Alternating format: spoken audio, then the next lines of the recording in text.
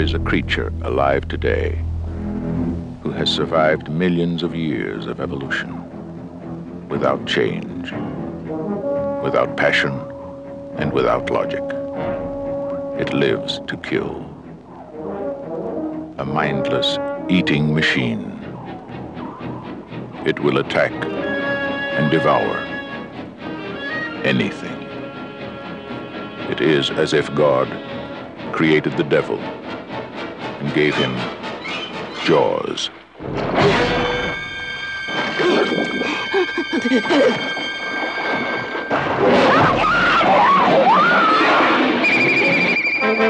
En af de helt store filmklassikere har 45 års fødselsdag. Steven Spielbergs Jaws, eller Dødens skab, som filmen jo blev døbt på dansk. Thrilleren om en dødsensfarlig haj blev den første store sommerblockbuster, og filmen kickstartede i den grad Spielbergs gloværdige karriere. Og vi har talt med et par af mændene, som var med til at skabe det nerveflinsende mesterværk.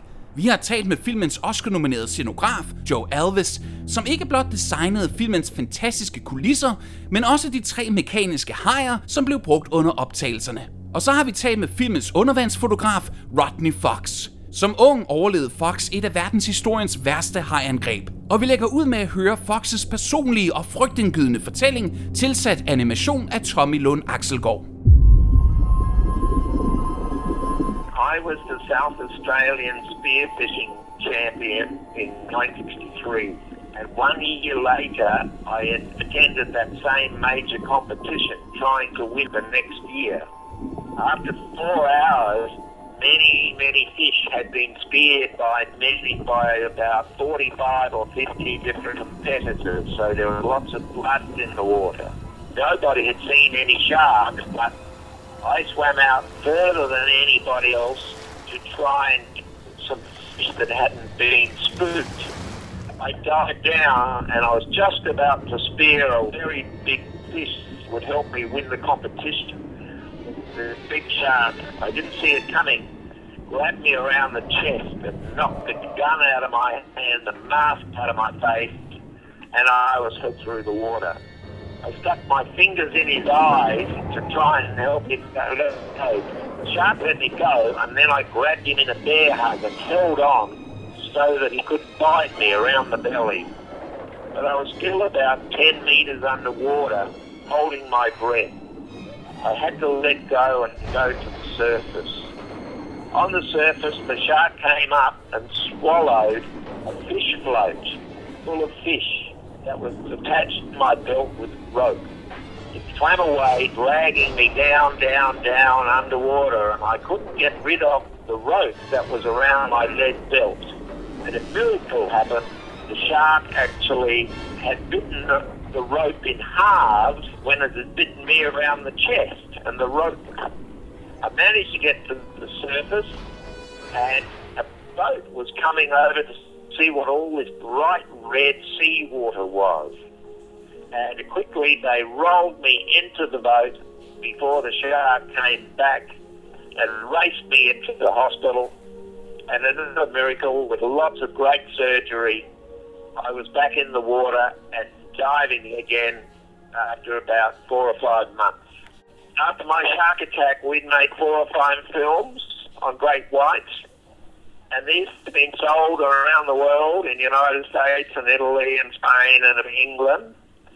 And so they had an idea that there was a place in the world you could shoot live great white sharks, but they thought it would be very difficult to get tame real animals to, of course, look like it was a giant shark, and also to do what they wanted it to do.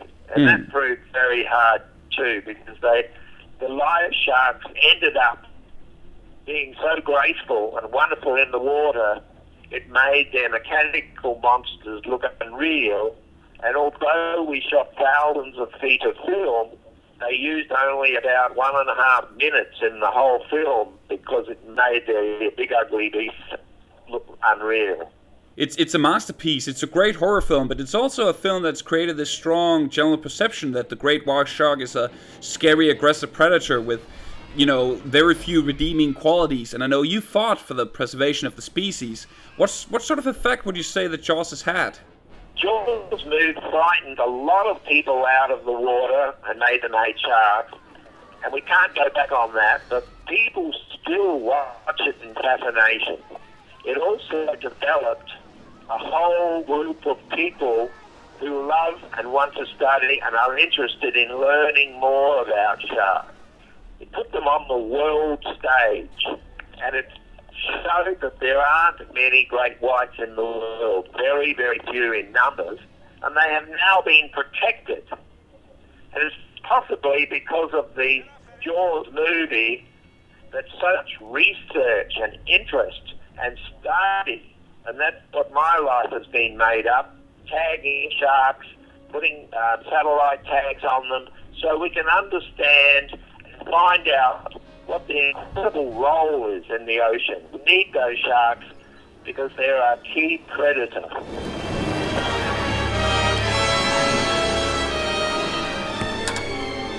That's a 20-footer. 25. I was on the picture before Steven. I was on the picture before there was a script.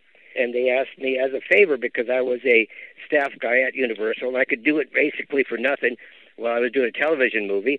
And Steven hadn't signed on yet, or they were, I don't know what the deal was, but I did 24 conceptual charcoal sketches.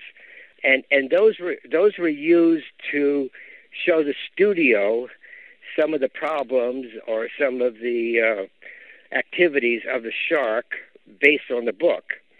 And my sketches ended up looking more like Moby Dick because I hadn't really researched sharks at that point. They just wanted an impression of what the shark activity was. So that created a big controversy on whether it could be made and how much live action, how much real sharks we could use, and how big it was. You know, it's a big conversation, and the Universal effects department said, well, they couldn't do it. They had bigger movies to do, and they were looking at it as a small shark movie, and so that's how it started, and that was my first impression. And then it got a green light, and then we got our first script. Steven signed on, and then we started the process of scouting for locations, and then you just start the normal process. Reaction was incredible because when we filmed it, when the shark was working or not working, it made odd noises with the valves and the various mechanical activity that it had in it. So it didn't sound scary. It was sort of funny. The crew would laugh after we finished the shot. So basically, we were afraid that people were going to laugh. And when they didn't laugh and they started screaming, then we realized we had a movie that was going to be successful, and I think everybody else did. But up to that, we had some great trepidation of how the audience was going to react to it. The trio of the film, I mean, of course, Jaws itself is a huge character, the shark, but also Chief Brody, Hooper, and obviously Quint. They're very charismatic and very, very memorable characters. Now, did you work a lot on trying to make the set design reflect the individual personalities? And in particular, Quint's boat, it's a very memorable place. Absolutely. Martha's Vineyard. Edgartown was so perfect with the white picket fences and the architecture, and so pristine.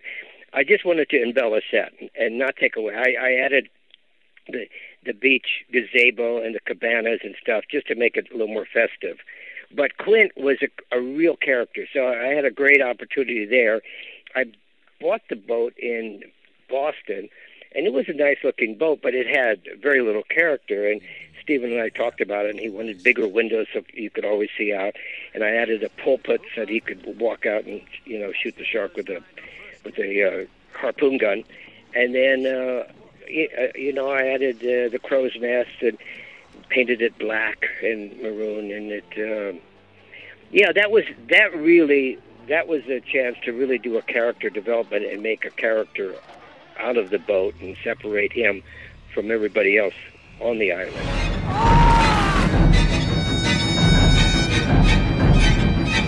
You're gonna need a bigger boat.